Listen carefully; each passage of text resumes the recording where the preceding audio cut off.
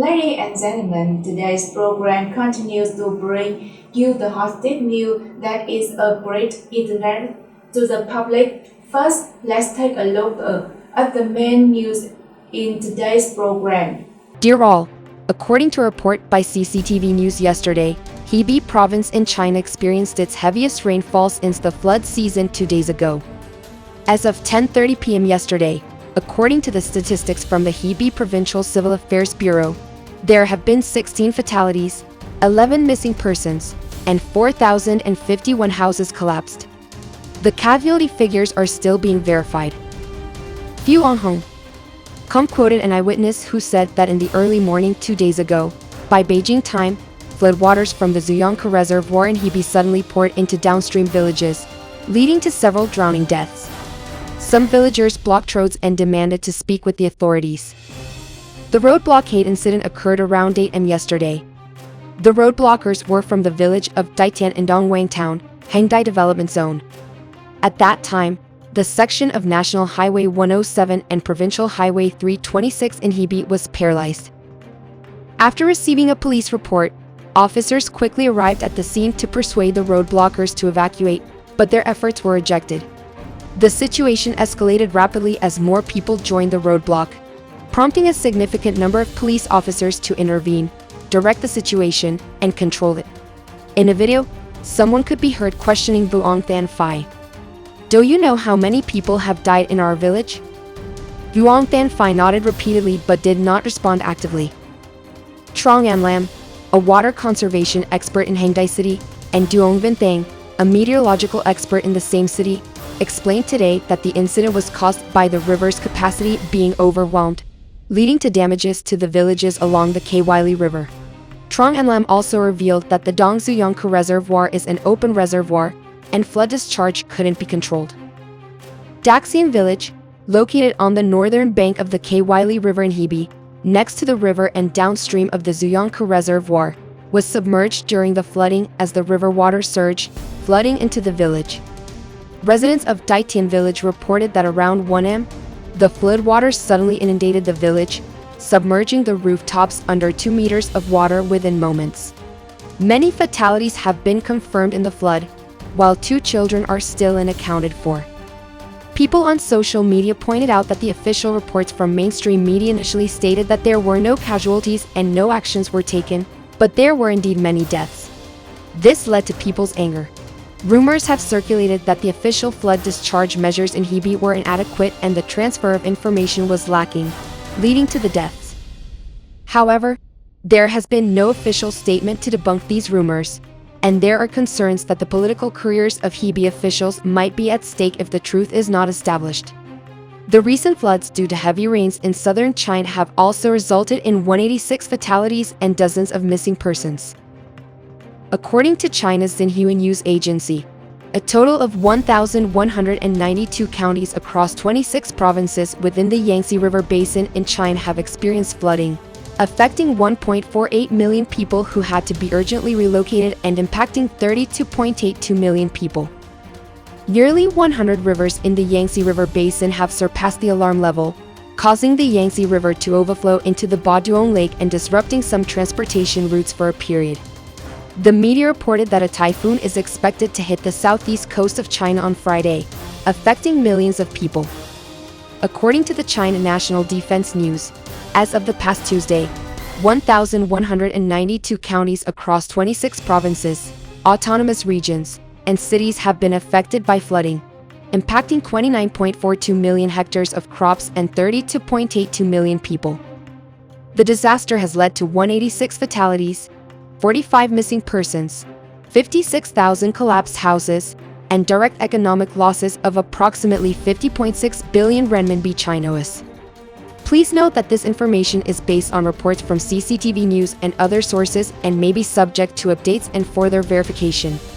Since the end of last week, areas along the middle and lower reaches of the Yangtze River, the Huai River, and the southwestern regions of China have been hit by the heaviest rainfall since the flood season, causing severe flooding in some areas.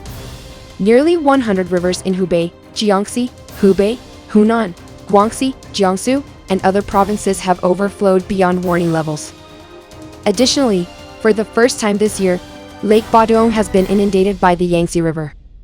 The China Meteorological Observatory continues to issue blue storm warnings on Tuesday afternoon, predicting heavy rainfall in Anhui, Jiangxi, Hebei, Hunan, Hainan, Sichuan, Yunnan, Guangxi, Hainan, and other provinces from 8 p.m. on Tuesday to 8 p.m. on Wednesday, with torrential rain possible.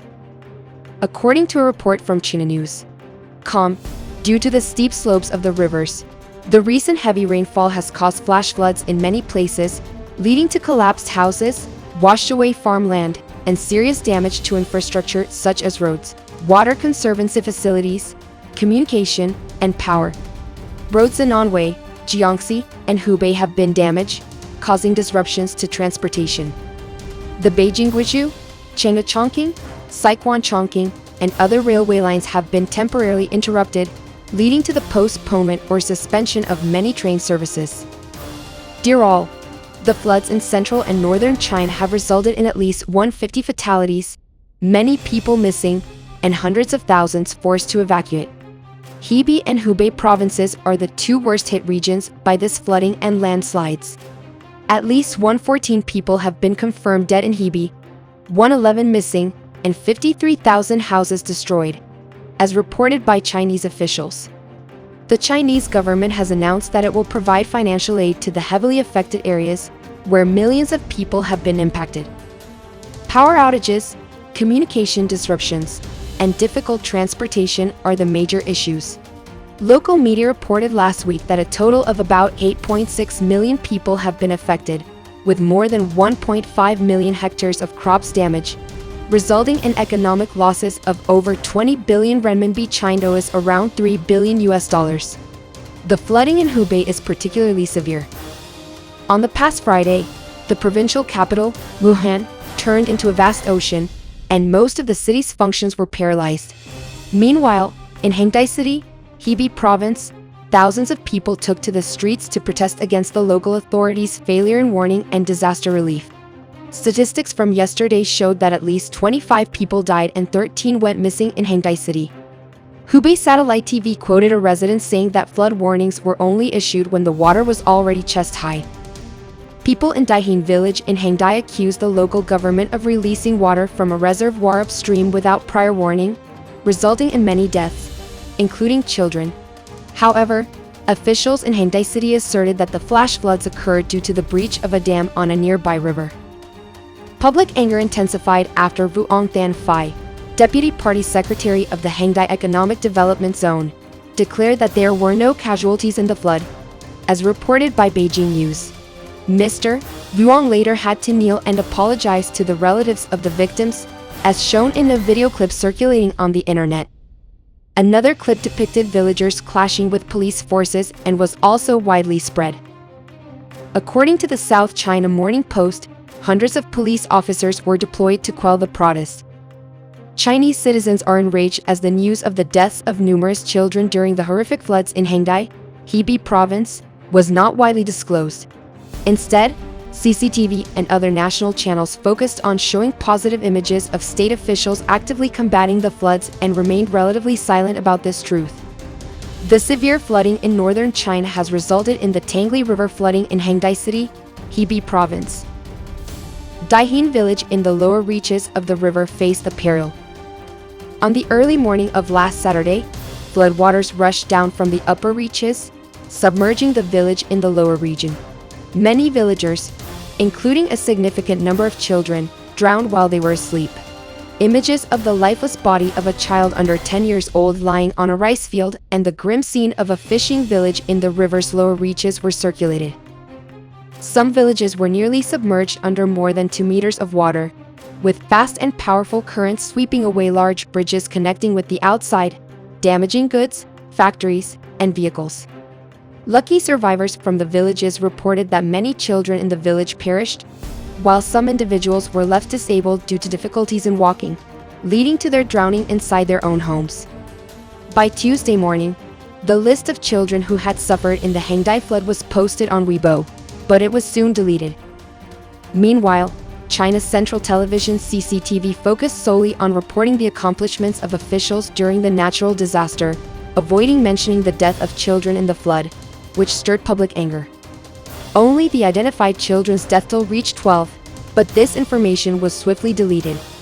Many netizens were outraged that information about the children's drowning in the severe flood in Hebei was removed, while the image of the Syrian boy lying on the beach received extensive coverage. Numerous post-flood pictures showing the devastating scenes of the affected people, including the lifeless body of a child under 10 lying in a mud puddle on a cornfield, elicited strong emotions from viewers. Some internet users commented, "This child lying dead in the cornfield is just like the refugee child in Syria who drowned on the beach," making viewers feel heartbroken. However, CCTV's report did not mention the deceased children when informing about the situation of the affected people, but rather emphasized the actions of local officials. Specifically, CCTV reported that Mayor Dong Yu-vu of Hebei, on behalf of the city's government and the Hebei Municipal Committee, expressed apologies, self-criticisms, and accepted punishment for all the affected people. A person with the nickname Tu Taiji Ongo criticized, "When a foreign child drowns, the central television station broadcasts it extensively, but when Hebei's children drown, the television station remains silent. Why is that? Are the lives of Chinese children not worthy of empathy?" When asked about the situation of disaster relief in Hebei, Cao Chen-koi, the head of the Hebei Information Office, said that, in his personal opinion, the local government did its utmost in this accident. The flood was too severe, and there were factors beyond their control. The government is still making every effort to carry out relief work, and there have been no mistakes in their efforts. However, netizens refuted this, claiming that the tragedy occurred because the Hebei government released the water without warning the people for timely evacuation. They also accused the media of covering up information about the incident and claimed that the death toll in the government's report was much lower than the actual numbers. Dear viewers, on Thursday last week, tornadoes and hail caused by strong convective weather claimed the lives of at least 78 people and injured over 500 people in places like Funing and Laming in Jiangsu province. Areas affected by severe convection experienced intense lightning strikes, hail, thunderstorms, and strong gusty winds, with some regions even experiencing tornadoes. Strong winds were one of the main factors leading to severe casualties during this period, with recorded wind speeds reaching up to 125 kilometers per hour in some areas. According to official information from China's Ministry of Internal Affairs, over 200 of the 500 injured people suffered severe injuries. The government has already sent corresponding relief materials to the affected areas as quickly as possible. This is understood to mean that many houses in areas affected by the severe weather have been severely damaged, communication equipment has been destroyed, and transportation and power supply have been disrupted in some disaster-stricken areas. The actual and specific situation of the disaster area can be seen through social media. Earlier this week, officials announced that 22 people were killed and 20 others were missing in the floods caused by heavy rain in 10 different provinces in southern China. That concludes today's news. If you have any contributions or comments, please leave them in the comments section below. If you found this informative, please give us a like, comment, share, and subscribe to our channel. Thank you for your attention and see you next time. These are the detailed highlights of the day from 24 Hours channel. We sincerely thank you and all the viewers who have followed us until the end of this video. Please leave our comment in the video comment section so that our team can respond in a timely manner. Goodbye and see you again.